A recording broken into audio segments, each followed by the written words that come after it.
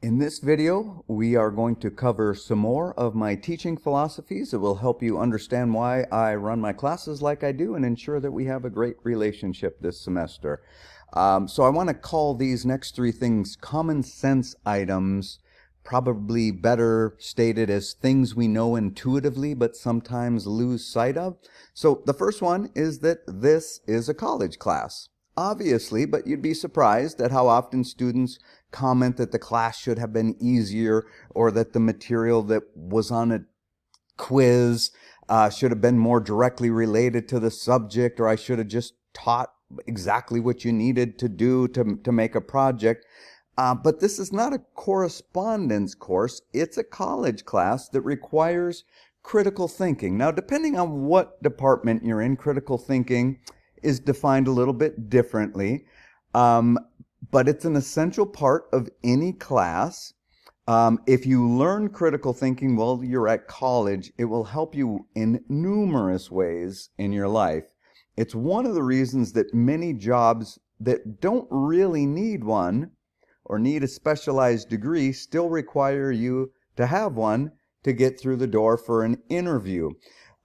Basically, what the employer is thinking is that if you've completed a certain amount of college classes, you can probably complete a task from A to Z without them having to step in and feed you a lot of information along the way.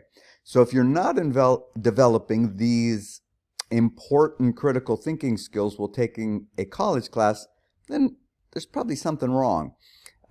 Critical thinking, in a nutshell, for our purposes, is consuming information and then being able to use that information to design or animate or learn information from one assignment and then apply it to future assignments. So in other words, making the knowledge your own and then being able to use that knowledge.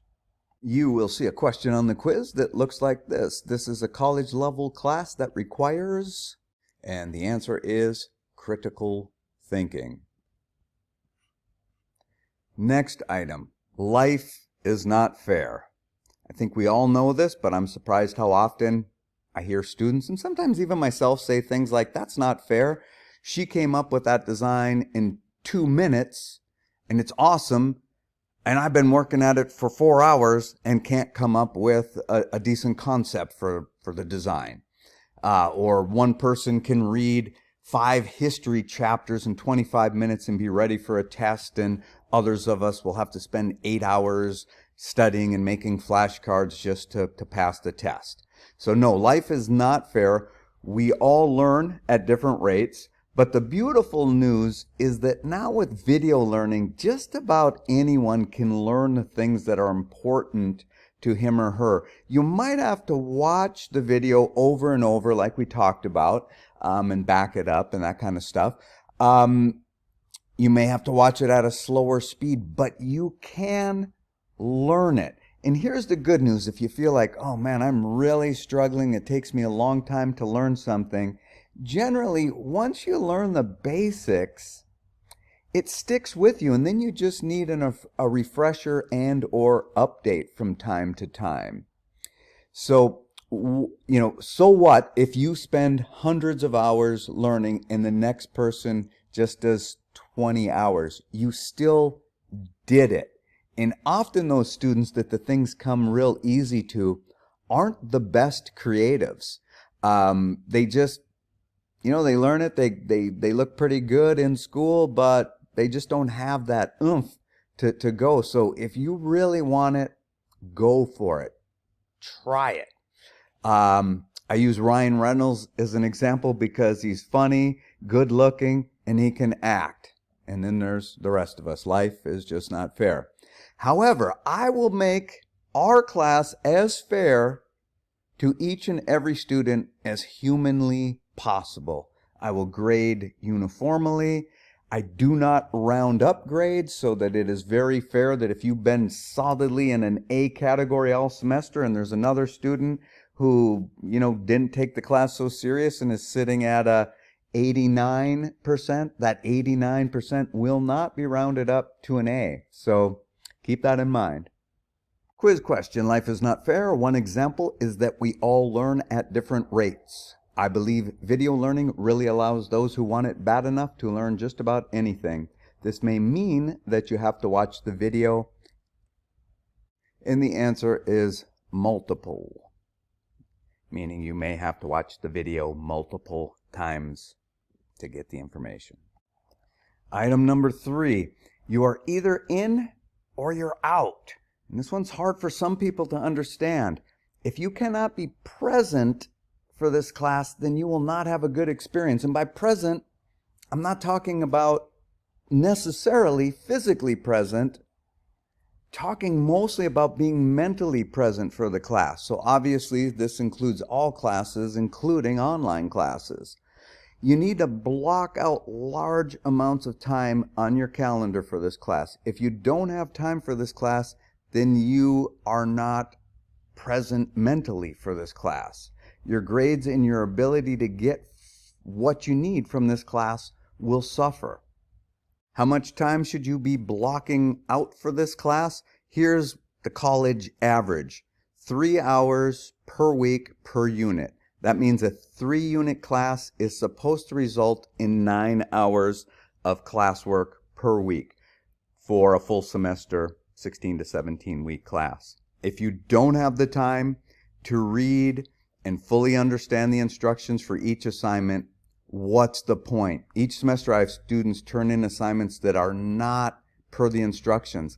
I can't give you a decent grade if you don't do the work the way I'm asking you to do it. Plan accordingly. Enough time to understand the assignment, enough time to execute the assignment, and enough time to use the instructions and/or rubric as a checklist. I want to show you a foolproof way to never lose silly points on an assignment, and this could apply to many other of your classes now and in the future. Essentially what you want to do is use the instructions as a checklist. So take a screenshot or a photograph of the instructions, write them down if you have to, and then mark them up in software. So for example, you could just take your phone, click, take a picture, go into your favorite editing app on your phone and put check marks next to the things that you've done, underline things that you're concerned about, that you maybe have a question on, or that you just want to make sure that you remember to do, but you can't say I've done it yet. So let me just show you an example where we could do this, what we have available to us in the classroom. So let's say that this is the assignment that you're working on. It's probably not going to be your assignment, but let's just say that. And you read through it and you go, okay, well, here's something really important, and then here's all the requirements. So these are the things that I want to make sure I use as a checklist. So if you're on a PC, of course, you'll figure out how to make a screenshot by Googling it or whatever. But on our computers in the labs, Command-Shift-4. So that's the Command key just to the left of the space bar. Hold down that, hold down the Shift key, hold down 4. You'll see crosshairs, and then drag this across. And then what's going to happen is this is going to go either to the desktop of your computer or to a file that you've assigned to it. Now we're going to go find that file and we're going to open it up in Photoshop, because Photoshop will be on all of our lab computers.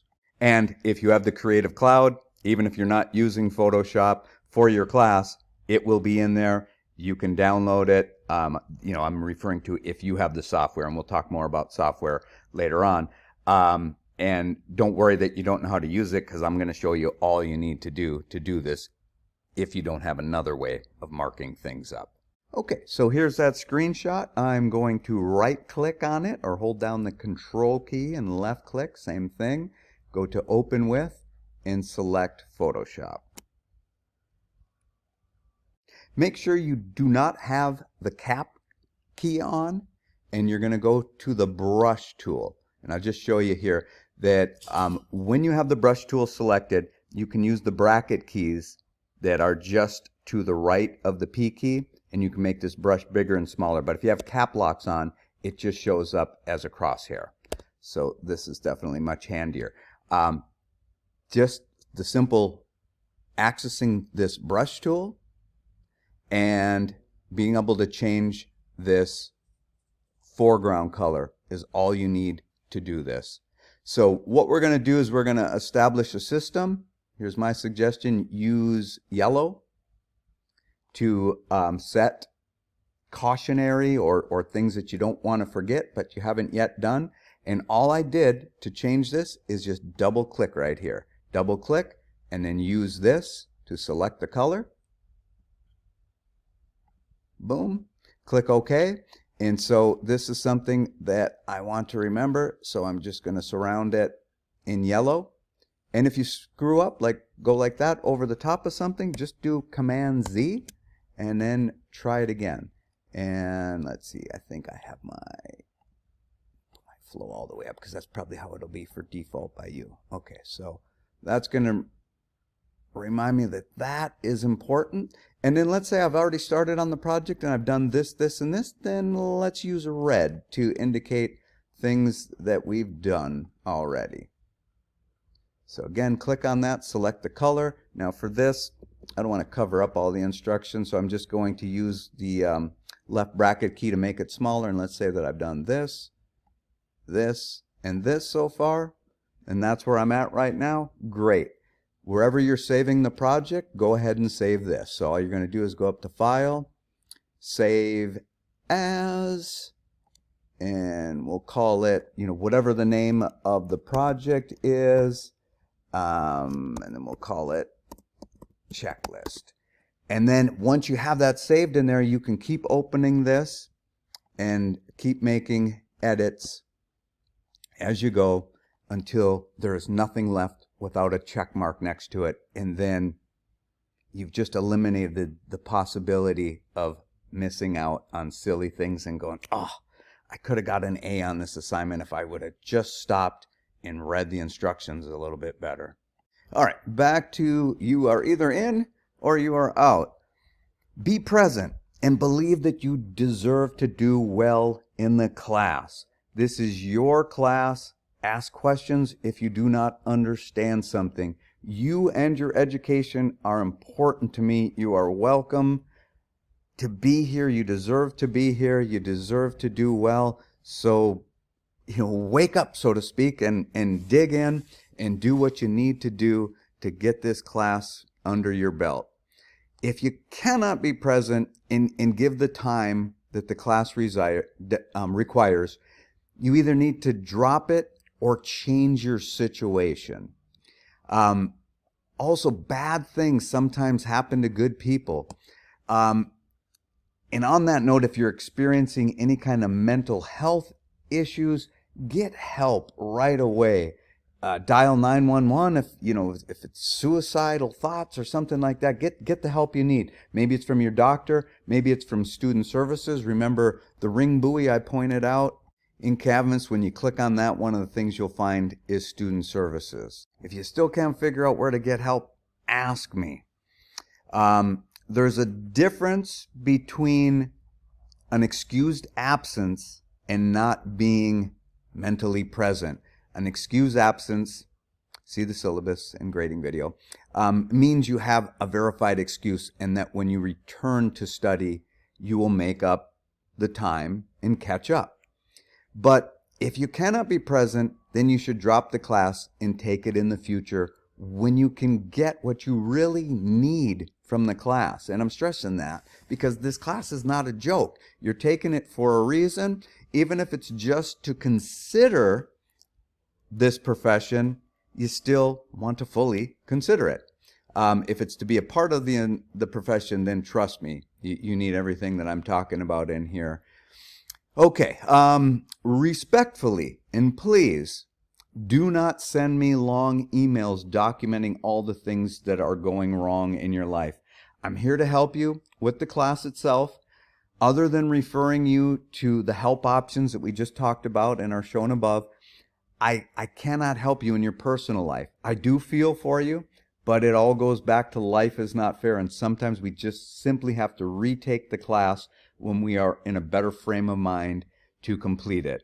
It would be totally wrong for me to tell you to just skip a couple assignments and jump in. And I know there are instructors willing to do that.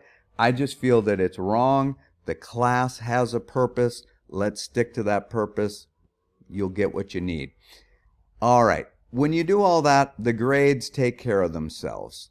I have seen comments from students such as the grading was very strict for a beginning class. However, if the student really understood, they would realize that they lost points not because they produced subpar work or even work that wasn't good enough for a beginning class, but rather because they didn't follow the instructions, which again comes back around to being present mentally and making enough time. So time management is your friend. Block out chunks of time on your calendar.